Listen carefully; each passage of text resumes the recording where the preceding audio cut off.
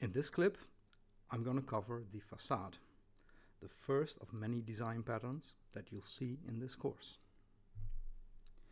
The idea of design patterns comes from the book that, surprisingly, is called Design Patterns. It was published in 1994 and it's still one of the best-selling books in computer science. If you haven't read this, you can't call yourself a computer scientist. It describes 23 standard solutions to software design problems. In this course, we'll cover the most used ones. Why are design patterns so useful? Well, for one, they are reusable solutions to common problems in software design. You don't want to reinvent the wheel.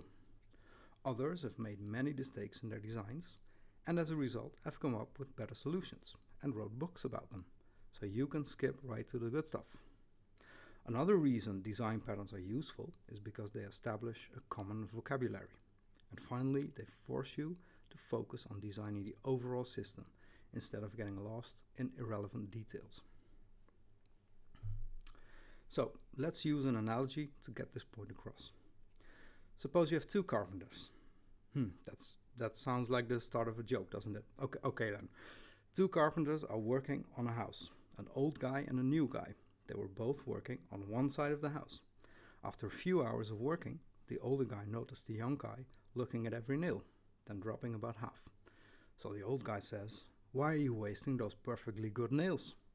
The young guy answers, "They're facing the wrong direction." "You idiot," says the older man. "They're for the other side of the house."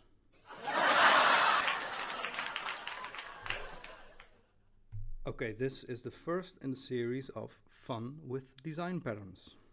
The goal is to make this material easier to digest for you and make you want to watch all of the design pattern clips.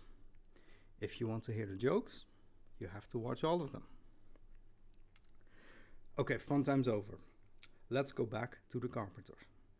So the first carpenter, this still sounds like a joke, doesn't it? Okay, the first carpenter says, "How should we build the closet?"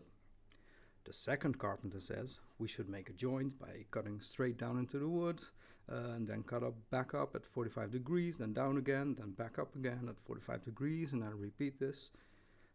Then the first carpenter says, "You mean a dovetail joint." Okay, a dovetail joint is a standard solution that every carpenter knows. If a carpenter has to reinvent every time how to make a stable joint, it would take way too much time to build something and be much more expensive than it already is. Design patterns in software design are like dovetail joints in carpentry, and they make communication a lot easier. The first software designer might say, "I think we should implement this class with two methods where the first method delegates some responsibility to another class and the other method iterates over the aggregated and so on." And the second designer would then say, "So should we use a bridge or a strategy pattern?" Design patterns are standard solutions to problems, and they generally make your software easier to modify and maintain. If you understand the way of thinking behind these design patterns, you become a better designer yourself. Design patterns adhere to key principles in object-oriented design. Design to an interface, find what varies and encapsulate that, and favor aggregation over inheritance. When we talk about design patterns, we'll follow a pattern ourselves. Each pattern has a name, a purpose, a problem that it solves, and a proposed solution.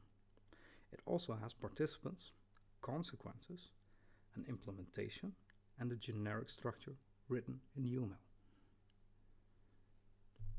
Let's look at our first actual design pattern then, the facade.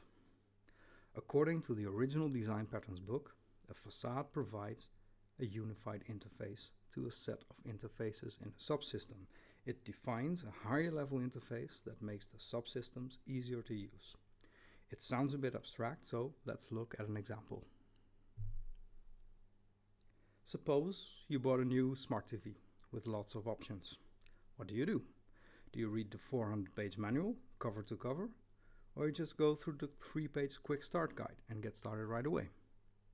Actually, I'm the kind of person who doesn't even read a quick start guide. I just switch the thing on and try to figure it out myself. The idea of the facade is that big systems are complicated, but you sometimes need just a subset of the functionality, or you just want to use the system in a limited way. What do? You create a simple layer on top of that big system that hides all that complexity, so you can get started more quickly. In UML, it looks something like this.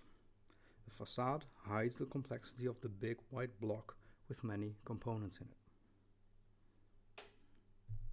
So Facade simplifies an existing system, provides a new interface that the clients use instead. As a consequence, a facade will often limit functionality to keep things simple. In the implementation, you generally create a new class with methods that perform operations using the complex subsystem. And as a client, you just call that method and you don't have to worry about the details. Not only can a facade reduce complexity, it can also reduce the number of different subsystems you have to deal with, since it hides all that. So before, you might have needed to use 3 different systems, and now the facade gives you a single point of entry to the whole system. A facade may introduce new functionality as a layer on top of the original system and extend it as needed. And since facade encapsulates the system, you can limit the exposed interface or do other things such as track usage of the system. Finally, it allows you to swap out a system with another system while keeping the facade interface the same. An example of this is a graphics driver. The OS, applications, games rely on the interface that the graphics driver provides. But you can switch out the actual graphics card without any problem, since the driver is a facade that hides the complexities of the graphics hardware. Here's another example from the real world, the payment provider Stripe. Stripe has several low-level objects such as balances, transactions, payouts, customers, payment methods, charges, and so on. The payment intent object simplifies all that by providing a straightforward interface for processing a single payment. It's a facade for the complex payment system. It automatically handles things like payment authorization, creating a customer, charging a credit card, transferring the amount to your account, and so on. If you look around in other APIs, you'll find facades are everywhere. This is the end of the video about the facade, the first design pattern discussed in this course. I had a bit too much fun with recording this clip. I now know how to add sound effects. This is a problem. If you have any questions, post them in the Teams channel of this course. Thanks for watching and catch you in the next one. Thank you. You're too kind. Thank you. Thanks. That's enough. Really. Stop it.